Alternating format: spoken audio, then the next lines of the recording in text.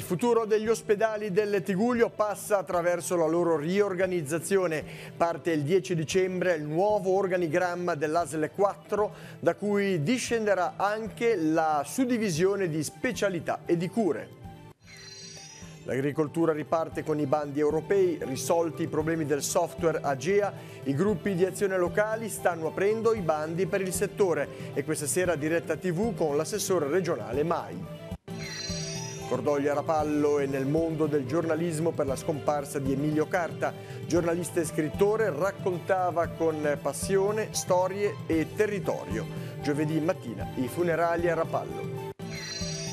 Il Papa all'Angelus ha invitato a vivere l'Avvento in un'attesa vigile e in preghiera. Natale non è una festa mondana. Poi il pensiero del pontefice per la Siria martoriata dalla guerra. Servirà per ampliare il servizio ai poveri il ricavato della cena del Club Service Tigullio, destinato quest'anno alla mensa dei frati di Santa Margherita Ligure. Dal Vescovo l'invito a vivere l'attesa nel tempo di Avvento. Pareggio casalingo per la Virtus Entella che ospitava al Comunale un Novara formato Serie B. Ora i biancocelesti si preparano al turno di Coppa Italia giovedì sera a Marassi contro il Genoa. Buonasera a tutti gentili telespettatori e benvenuti nei nostri studi. Prosegue il dibattito circa il futuro degli ospedali del Tigullio con un particolare riferimento all'ospedale di Sesti Levante. Non molti giorni fa il sindaco Valentina Ghio aveva posto alcuni quesiti alla direzione generale dell'ASL 4 Chiavarese. La nuova sistemazione dei reparti ospedalieri è frutto di una più ampia riorganizzazione che riassumiamo in questo servizio. Lo vediamo insieme. Il 10 dicembre parte la nuova riorganizzazione dei dipartimenti dell'ASL 4 Chiavarese. Cambia dunque l'organigramma sulla base delle indicazioni del piano sociosanitario.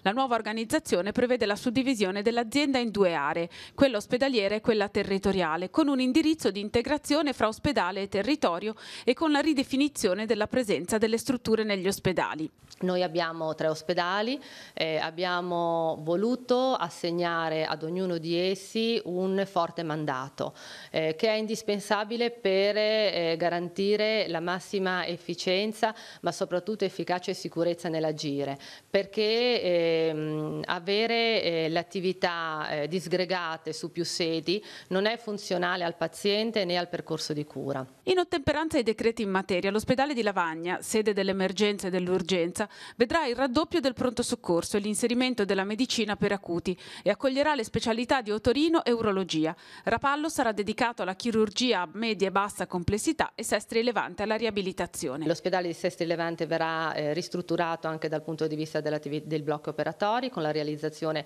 di sale per la chirurgia ambulatoriale e quindi manterremo in questa sede l'attività dermatologica che è un'eccellenza a livello regionale perché abbiamo dei numeri veramente significativi e importanti, ma anche tutta l'attività a supporto dell'oncologia che si concretizzerà in questo polo, tutta la terapia del dolore, ma anche la parte bioptica della senologia diagnostica.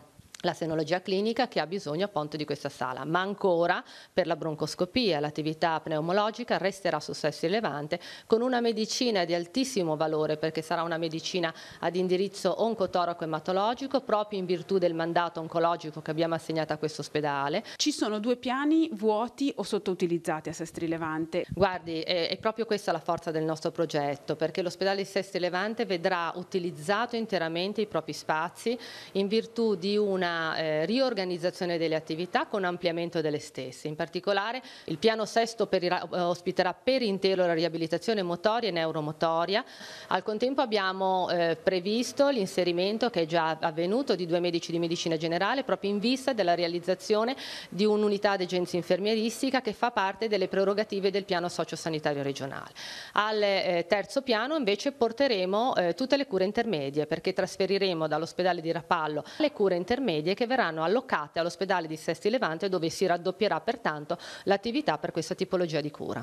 Queste decisioni sono state assunte attraverso un'attenta valutazione dei bisogni dei nostri assistiti e quindi sono state fatte con cognizione di causa.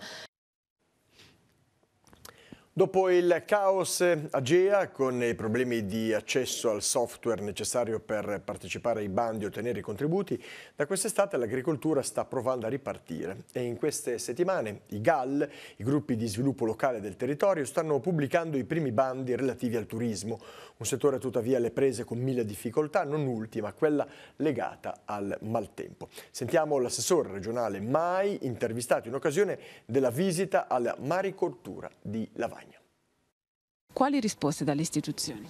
Tanto bisogna evidenziare che la Regione Liguria ha avuto danni nel comparto agricolo e della pesca per oltre 30 milioni, quindi è un dato allarmante. È chiaro che queste risorse qui sarà difficile andarle a recuperare, ma stiamo mettendo in campo tutte le forze possibili per poterlo fare, quantomeno per garantire un sostegno iniziale alla ripartenza di certe attività come acqua ad esempio in questo caso, ma anche penso alla flotta pescherecci che in Liguria è praticamente azzerata. Ci siamo attivati ovviamente subito col Ministero, abbiamo sentito più volte il Ministro, abbiamo attivato la misura 1.35 del FEAMP che potrebbe garantire una certa liquidità, abbiamo chiesto l'attivazione del Fondo di Solidarietà Nazionale, ma recentemente, incontrandoci anche con le altre regioni, stiamo provando ad accedere ai fondi del Fondo di Solidarietà europeo. Quello dovrebbe garantirci una certa sussistenza e un aiuto per queste imprese.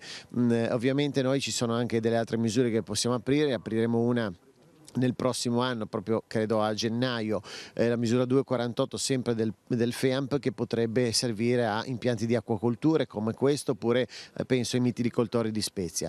È chiaro che una pacca sulla spalla non basta in questi casi, ci saranno delle risorse economiche importanti.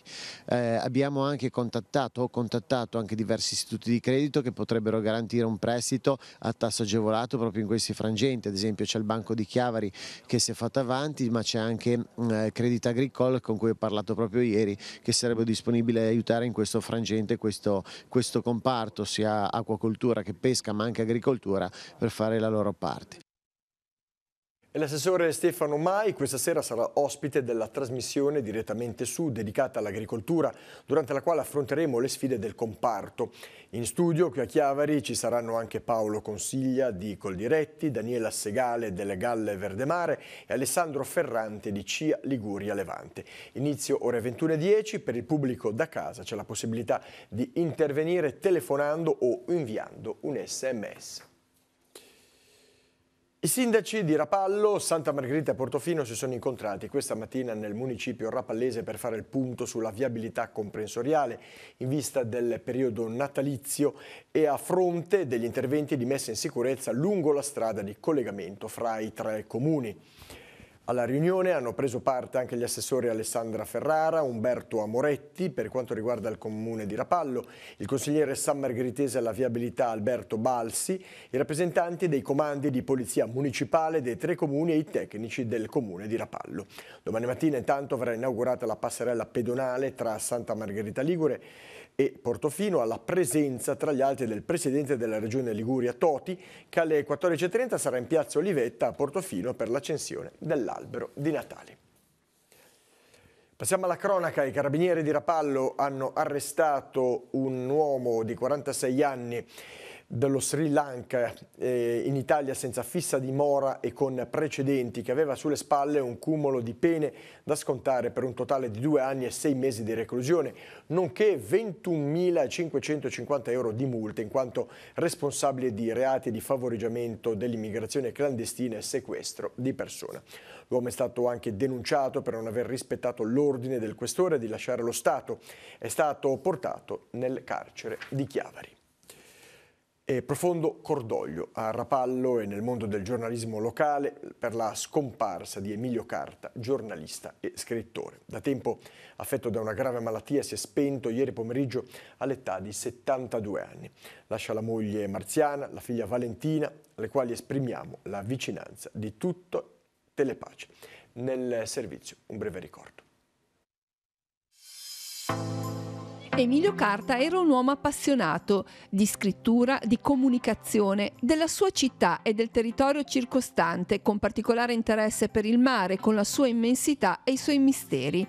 Nella sua vita aveva trasferito gran parte delle sue passioni anche nel lavoro. Nato a Rapallo, prima di approdare al giornalismo tra il 1968 e il 1971, aveva compiuto il giro del mondo sui famosi Liberty, navi del dopoguerra, attraversando più volte l'Oceano Atlantico ed Indiano, con la qualifica di marconista. Come giornalista aveva scritto per i quotidiani Avvenire, Il Lavoro e collaborato con Il Secolo XIX come corrispondente da Rapallo, dove svolgeva anche il ruolo di addetto stampa del comune. L'interesse tuttavia non era solo per la carta stampata. Alla sua collaborazione si deve la nascita di Tele Liguria, la TV inizialmente via cavo e poi UHF, con la quale aveva collaborato per molto tempo tra la fine del 76 e gli anni 80. Negli anni più recenti invece era stato il primo direttore del settimanale Il Nuovo Levante. Sullo sfondo però restava sempre la grande passione iniziale, quella per il mare, raccontata in innumerevoli pubblicazioni. Nel 99 Navi e relitti tra il promontorio di Portofino e Puntamesco, seguito l'anno successivo da Navi e relitti tra Montecarlo e Portofino. La trilogia si era conclusa nel 2008 con Navi e relitti da Sestri Levante alla Spezia. Insieme al sub Lorenzo del Veneziano aveva realizzato il volume storico-fotografico dedicato al sottomarino individuato al largo di Portofino, U-Boat 455, corredato dal filmato. Appassionato velista e studioso di ex voto marinari, aveva collaborato alla stesura di innumerevoli scritti storico-documentali su Rapallo e la Liguria. Tra i suoi ultimi lavori letterari Il tesoro di Valle Cristi, presentato il 7 aprile 2018.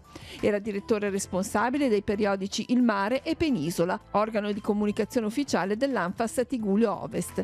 Nemmeno la malattia che aveva caratterizzato gli ultimi 13 anni aveva arrestato la vena creativa e la passione per la vita narrata con particolare affetto e interesse quando si trattava di cogliere l'essenza di situazioni e anime semplici, spesso sconosciute. Il Santo Rosario in suffragio di Emilio Carta sarà recitato domani alle 16:30 presso l'oratorio dei Bianchi di Rapallo. Le esequie saranno celebrate nella chiesa di San Francesco mercoledì mattina alle ore 10:30. Il gruppo consigliare Noi di Chiavari ha fatto il punto dell'attività svolta con un incontro pubblico al Gran Caffè de Filla. I consiglieri comunali Roberto Levaggi, Daniela Colombo, Silvia Garibaldi, di fronte a un nutrito pubblico, hanno illustrato alcuni punti di vista su questioni nevralgiche della città. Dalla colmata, i collegamenti con l'entroterra, la difesa spondale dell'Entella, le politiche turistiche. Nell'occasione sono stati espressi gli auguri per le festività imminenti, ricordando che subito dopo il Natale saranno organizzate iniziative ritenute strategiche per Chiavari. L'amministrazione comunale di Santa Margherita Ligure ha chiesto collaborazione alla società atletica Due Perle che organizza per domenica prossima il trail di Portofino. In particolare la richiesta è quella di mettere in campo un gesto di solidarietà per le associazioni sportive danneggiate dalla mareggiata di fine ottobre. Il presidente del sodalizio sportivo Nicola Fenelli ha annunciato che destinerà il ricavato delle iscrizioni della Marcia Arcobaleno alle associazioni Circolo Velico, Circolo Nautico, Argus, Lega Navale, Gianni Figari e Circolo dei Pescatori. Inoltre per tutta la durata dell'evento saranno presenti delle urne dove chiunque potrà fare delle offerte. Apriamo ora la pagina ecclesiale del nostro giornale. Nell'Angelus della prima giornata, della prima domenica di Avvento, Papa Francesco ha spiegato come vivere questo tempo liturgico che ci prepara al Santo Natale, e cioè all'accoglienza con Gesù. Non lasciamoci, ha raccontato Francesco, opprimere da una vita egocentrica e non viviamo il Natale come una festa mondana, preoccupandoci solo di che cosa comprare. L'atteggiamento da assumere è quello di un'attesa vigile e di preghiera. Sentiamo. Nell'Angelus della prima domenica di Avvento, Papa Francesco spiega come vivere questo tempo liturgico che ci prepara al Natale, e cioè all'accoglienza di Gesù, ma che risveglia in noi anche l'attesa del ritorno glorioso di Cristo e invita ciascuno di noi a prepararci all'incontro finale con Lui, con scelte coerenti e coraggiose. In queste 4 settimane siamo chiamati a uscire da un modo di vivere rassegnato e abitudinario ed uscire alimentando speranze, alimentando sogni per un futuro nuovo. Gesù nel brano odierno del Vangelo ci dice: state attenti e ancora vegliate in ogni momento, pregando. Il sonno interiore nasce dal girare sempre attorno a noi stessi e dal restare bloccati nel chiuso della propria vita con i suoi problemi, le sue gioie, i suoi dolori, ma sempre girare intorno a noi stessi. E questo stanca, questo annoia, questo chiude la speranza. Nella prima lettura di questa domenica il profeta Geremia invita il popolo provato dall'esilio e che rischia di perdere la sua identità alla speranza. E il Papa osserva che anche noi rischiamo di mondanizzarci, di perdere la nostra identità, anzi di paganizzare lo stile cristiano. Poi il riferimento di Francesco a Maria, la madre di Gesù, che ci accompagna in modo particolare in tempo di Avvento. La Vergine Maria che ci porta a Gesù, donna dell'attesa e donna della preghiera, ci aiuti a rafforzare la nostra speranza nelle promesse del suo Figlio Gesù, per farci sperimentare che attraverso il travaglio della storia Dio resta sempre fedele e si serve anche degli errori umani per manifestare la sua misericordia. E al termine della preghiera dell'Angelus, Papa Francesco ha ricordato la drammatica situazione che vive ancora dopo 8 anni la Siria devastata dalla guerra. Ha chiesto di pregare per quel popolo e perché i cristiani possono rimanere in quelle terre. Aderendo alle iniziative dell'associazione Aiuto alla Chiesa che soffre, Francesco ha poi acceso un grosso cero, simbolo della speranza che presto in Siria possa ritornare la pace. Un gesto che, ha detto il Papa, tanti bambini oggi faranno, bambini siriani e tanti fedeli nel mondo contemporaneamente. Questa fiamma di speranza e tante fiammelle di speranza disperdono le tenebre della guerra, ha invocato Francesco. Preghiamo, aiutiamo i cristiani a rimanere in Siria e in Medio Oriente come testimoni di misericordia, di perdono e di riconciliazione. La fiamma della speranza raggiunga anche tutti coloro che subiscono in questi giorni conflitti e tensioni in diverse altre parti del mondo, vicine e lontane. La preghiera della Chiesa gli aiuti a sentire la prossimità del Dio fedele e tocchi ogni coscienza per un impegno sincero a favore della pace. I 35 club service del Tigullio hanno organizzato la tradizionale cena prenatalizia per sostenere la mensa dei poveri dei frati di Santa Margherita Ligure. Il ricavato servirà ai religiosi per ampliare il loro servizio ai poveri. Sentiamo. Ha compiuto 7 anni l'appuntamento prenatalizio dei 35 club service del Tigullio, che consiste nella Santa Messa presieduta dal Vescovo al villaggio del ragazzo e in una cena con raccolta fondi a sostegno di una delle mense dei poveri del territorio.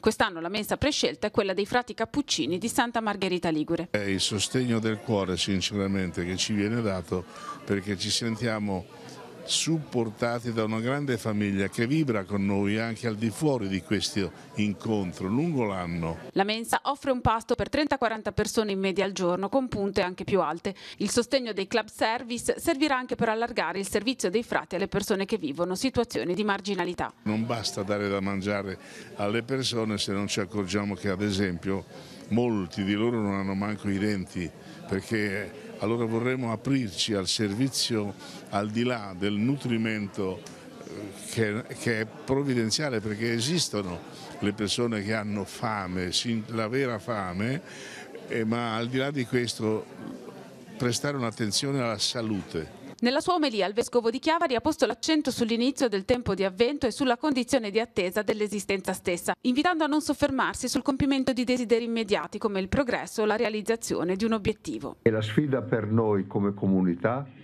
è proprio questa: aiutare tutti a sentire ricca la propria vita, una ricchezza autentica. E la ricchezza autentica è determinata dal fatto che c'è un cammino che si compie, un'attesa che va colmata. Per i club service l'appuntamento con il Vescovo è ormai una piacevole e consolidata consuetudine. Sì, è un momento molto bello perché ci unisce tutti i club service che hanno finalità diverse, ma tutte rivolte sul territorio, alle persone, e ci unisce in questo momento la solidarietà e la carità per le mense e per le persone in difficoltà. Quante persone hanno aderito a questo appuntamento quest'anno? Circa 200 persone. E siamo molto contenti perché abbiamo visto anche che sono molto distribuite tra i club, quindi vuol dire che tutti i club sentono abbastanza in maniera uniforme questa iniziativa. In occasione della festa di Santa Barbara, protettrice dei marinai e tutti coloro che lavorano esposti a particolari rischi, domani il Vescovo, Monsignor Tanasini, celebrerà la Santa Messa alle ore 11 nella chiesa di San Giacomo di Corte a Santa Margherita Ligure. Gaetano Bove e Rosalia Zitto festeggiano domani 70 anni di matrimonio. Si sono sposati il 4 dicembre del 1948 a Bisanquino, in provincia di Palermo. Risiedono da tempo a Sessi Levante. Il signor Gaetano ha 89 anni, Rosalia ne ha 88. Ieri hanno festeggiato nella parrocchia di San Bartolomeo della Ginestra insieme a tutta la famiglia, in particolare con i figli Enza, Teresa, Giuseppino e Francesco. I familiari ringraziano il centro di aggregazione La Tenda di Sessi Levante, il parroco Don Mauro Sapia, la direzione di Villa Ilia e i volontari che si sono occupati di accompagnare questa coppia, è il caso di dirlo, coppia di ferro. È stato inaugurato questa mattina un nuovo defibrillatore all'esterno della Basco di San Salvatore di Cogorno. La postazione DAE è frutto della collaborazione tra la Croce Rossa Cogornese e la catena del supermercato. Il defibrillatore automatico esterno è uno strumento prezioso che potrà essere utilizzato in caso di arresto cardiaco. Domani dalle 8:20 alle 16:20 al centro di San Salvatore del Villaggio del Ragazzo si terrà il primo dei 3 Open Day dei percorsi triennali di istruzione e formazione professionale.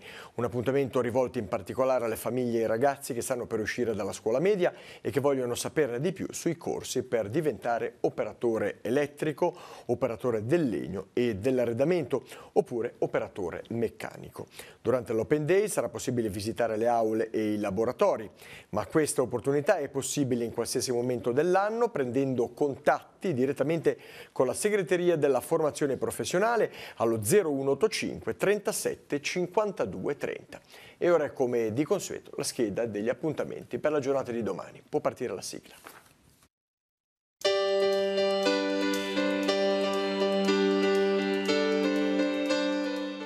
Appuntamenti in agenda per martedì 4 dicembre. A Genova, Palazzo Tursi, dalle 10 sarà visitabile la mostra Vite straordinarie, albo illustrato con storie di uomini e donne che hanno fatto la differenza. L'esposizione sarà aperta sino all'8 dicembre. Alle 11 nella sede dell'Istituto Comprensivo GB della Torre in via Rivarola 7 a Chiavari si svolgerà la cerimonia di inaugurazione dell'atelier creativo dell'Istituto, spazio laboratoriale in cui si intrecciano tecnologia e creatività. Open Day per l'ente di formazione professionale Forma in Corso Millo a Chiavari. Dalle 14 alle 17 aprirà le sue porte a famiglie e studenti per fornire informazioni sui corsi triennali per operatori di impianti termoidraulici. Il teatrino di Portofino è stato scelto per presentare l'edizione 2019 del Calendesercito. Alle 14:30 nel Borgo Marinaro il comandante della Regione Militare Liguria illustrerà il calendario che quest'anno avrà come tema Esercito e tecnologia. Alle 16 a Villa Quairolo di Rapallo, nell'ambito degli incontri dell'Accademia Culturale, si terrà una lezione di Rosanna Righi sul tema Oggi vi presento un libro. Emozioni in foto, il titolo dell'incontro inserito nel corso di cultura genovese ospitato dalle 16:30 alla Sala Livellara di Via del Pino a Chiavari. Relatore Luca Monego. Massimo Minella sarà di scena al Teatro Comunale di Sori. Alle 21 sarà rappresentato lo spettacolo Campo 52, storia di crimini ed amore in tempo di guerra. L'artista sarà accompagnato alla fisarmonica da Franco Piccolo.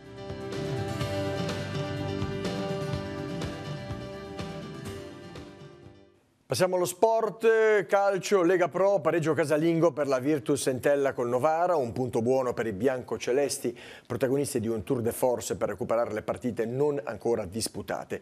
La Virtus Entella è passata in vantaggio al 45esimo del primo tempo con Caturano, la rete del pareggio del Novara è arrivata all'80esimo con Bove. La Virtus Entella sale quindi a 19 punti in classifica. Nell'unica settimana interamente libera si incastra il tanto atteso match di Coppa Italia, la Team Cup, che vedrà la Virtus Entella impegnata contro il Genoa giovedì alle 18 allo stadio Luigi Ferraris di Marassi. Le interviste a fine gara curate da Nicolò Pagliettini. Vediamole. Finisce 1-1 il big match della 14ª giornata tra l'Entella e il Novara. Al Comunale è andata in scena una gara equilibrata, maschia, vera, dal primo e combattuto dal primo all'ultimo minuto. L'Entella è riuscita ad andare in vantaggio allo scadere della prima frazione con il terzo gol in campionato di Salvatore Sassà Caturano, che sarà fatto trovare come sempre da Rapace d'area di rigore al posto giusto, al momento giusto. Nella ripresa i ragazzi di Boscaglia hanno cercato di chiudere la partita, ma il Novara è rimasto in gara dimostrando di voler a tutti i costi uscire al Comunale con dei punti, e poi, come purtroppo è accaduto sia nella partita di Cuneo poi che rinviata, che in quella di Siena, gli ultimi minuti sono stati ancora fatali ai ragazzi di Boscaglia, perché a 10 minuti dal 90esimo, sugli sviluppi di un calcio d'angolo, il difensore squadra Juventus Bove ha segnato la rete del definitivo 1-1. Diciamo che abbiamo giocato contro una squadra forte, che è costruita sicuramente per il salto di qualità. Noi abbiamo avuto un approccio tranquillo, nel senso che comunque sapevamo la forza del Novara e quindi abbiamo lavorato su determinati concetti. Loro hanno scelto di venirci a prendere alti, ma ogni volta che andavamo via dal loro primo pressing avevamo la possibilità di girare continuamente e andare da lato a lato per fargli male. A volte lo abbiamo fatto, a volte no, quindi da questo punto di vista non siamo stati lucidi. Nonostante questo abbiamo trovato il gol e nel secondo tempo però non siamo entrati bene in campo. Dobbiamo lavorare sugli ultimi 10 minuti, perché facciamo una gran partita per 80 minuti e poi gli ultimi 10 minuti che sono quelli dove dovresti stare più concentrato. Ci è stata una buona partita e un pareggio alla fine giusto, visto che comunque anche loro sono un'ottima squadra con un organico da Serie B. Passiamo al calcio dilettantistico, la Serie D, una vittoria e un pareggio nella 13ª giornata di campionato. Il Sesti Levante ha battuto l'Arcanotese 2-0, mentre la Lavagnese ha pareggiato 2-2 in casa del Savona. Al Sivori di Sesti Levante i corsari sono passati in vantaggio al 14esimo del primo tempo con Bergamino, il raddoppio al 17esimo del secondo tempo con Carnicelli. A Savona la Lavagnese è passata 2 volte in vantaggio, ma è stata riagguantata dai padroni di casa. Prima rete bianconera porta la firma di Allucci, che va a segno al 39esimo del primo tempo, pareggio del Savona nella ripresa al 15esimo con Virdis. Lavagnese nuovamente in vantaggio al 31esimo con Oneto, il gol del definitivo 2-2 arriva al 41esimo del secondo tempo con Boilini. Classifica Sesti Levante che sorpassa la Lavagnese e va a quota 17, 16 punti la Lavagnese. Prossimo turno vedrà in campo Lavagnese Fezzanese, mentre il Sesti Levante giocherà in casa del Ligorna. Passiamo alla pallanuoto Serie A2 maschile, sconfitta per il Lavagna 90 nella seconda di campionato, nella piscina del Parco Tigullio. I lavagnesi ospitavano gli avversari del Camogli. La partita si è conclusa 10-9 per i ragazzi di Temellini al termine di una gara sudata, sofferta e combattuta. Prima di scendere in vasca, i giocatori del Lavagna sono presentati al pubblico indossando la maglietta preparata dalla società per ricordare il dirigente Giuseppe Bacigalupo, prematuramente scomparso. Il capitano Francesco Cotella ha donato la maglietta alla moglie e alla figlia dello scomparso, presenti sulle gradinate. Vediamo. Appena finita la partita, il derby con il Camogli, ha vinto il Camogli per 10-9. Allora Federico, una partita che alla fine del secondo tempo vedeva il Camogli avanti, poi voi negli ultimi 2 tempi avete tentato fino all'ultimo un recupero disperato che purtroppo non è riuscito, solamente per qualche centimetro di un tiro che è andato fuori. Sì, loro sono partiti molto bene, nei primi 2 tempi sono andati avanti, siamo stati bravi a raggiungerli, a giocarci a gol fino alla fine. Poi loro sono stati all'ultimo più cinici, hanno concretizzato le ultime palle gol, sono sempre stati bravi a non mollare e sono anche riusciti a imporre il loro gioco molto fisico che gli arbitri hanno lasciato correre molto liberamente e alla fine all'ultimo tiro purtroppo non siamo riusciti a pareggiare. Cosa può aver detto questa partita, visto che il Camogli è una squadra che senz'altro punta ai playoff, insomma che voi potete giocare un campionato comunque di avanguardia senz'altro, ecco, visto la prestazione di questa sera? Noi sì, Camogli è una squadra di indubbio valore, noi al momento non avanziamo obiettivi, giochiamo per crescere, per fare il meglio possibile. Questa partita ci ha detto che possiamo giocarcela comunque con squadre anche più blasonate, ma ha detto anche che ogni partita in questa categoria non è mai scontata e quindi ogni volta che abbasseremo la guardia rischieremo di perdere. Parliamo di pallanuoto femminile, giornata speciale per Sofia Giustini, giovane promessa del Rapallo pallanuoto. Dopo le convocazioni ai recenti collegiali del Sette Rosa, questa mattina è arrivata la chiamata per l'esordio in nazionale. A causa dell'infortunio occorso alla giocatrice della SIS Roma, il CT Fabio Conti ha convocato la 15enne giallo-blu per il secondo impegno in Europa Cup, che questa sera nella piscina Montebianco di Verona vedrà le azzurre affrontare l'Ungheria. Emozione e incredibilità sono state espresse dalla giovane. Le altre portacolori del Rapallo pallanuoto nel Sette Rosa sono Federica Lavi, Giulia Emolo e Silvia Avegno. Questa era l'ultima notizia del nostro giornale, prossimo appuntamento con l'informazione come sempre rinnovato a domani alle ore 12:45 con il TG13. Vi ricordo questa sera alle 21:10 l'appuntamento con Direttamente Su. Grazie per essere stati con noi, l'augurio di una buona serata con i programmi della nostra rete. Arrivederci.